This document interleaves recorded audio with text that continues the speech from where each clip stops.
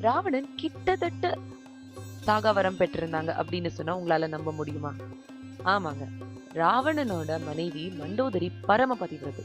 இவங்க தன்னோட தவத்தோட வலிமையால தேவதைங்க கிட்ட இருந்து அமிர்த கலசத்தை கொண்டு வந்து அத ராவணனோட உடம்புக்குள்ள ஸ்தாபனை பண்ணி வச்சிருந்தாங்க.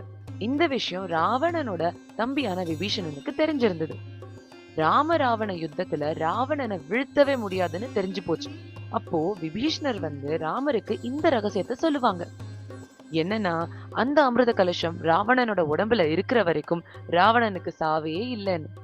அதனால ராமர் வந்து அந்த அமிர்த கலசத்தை ஒரு பிரம்மாஸ்திரம் வச்சு அழிச்சிடுவாங்கங்க. அதுக்கப்புறம் தான் ராவணன் அழிக்கப்பட்டாருங்க.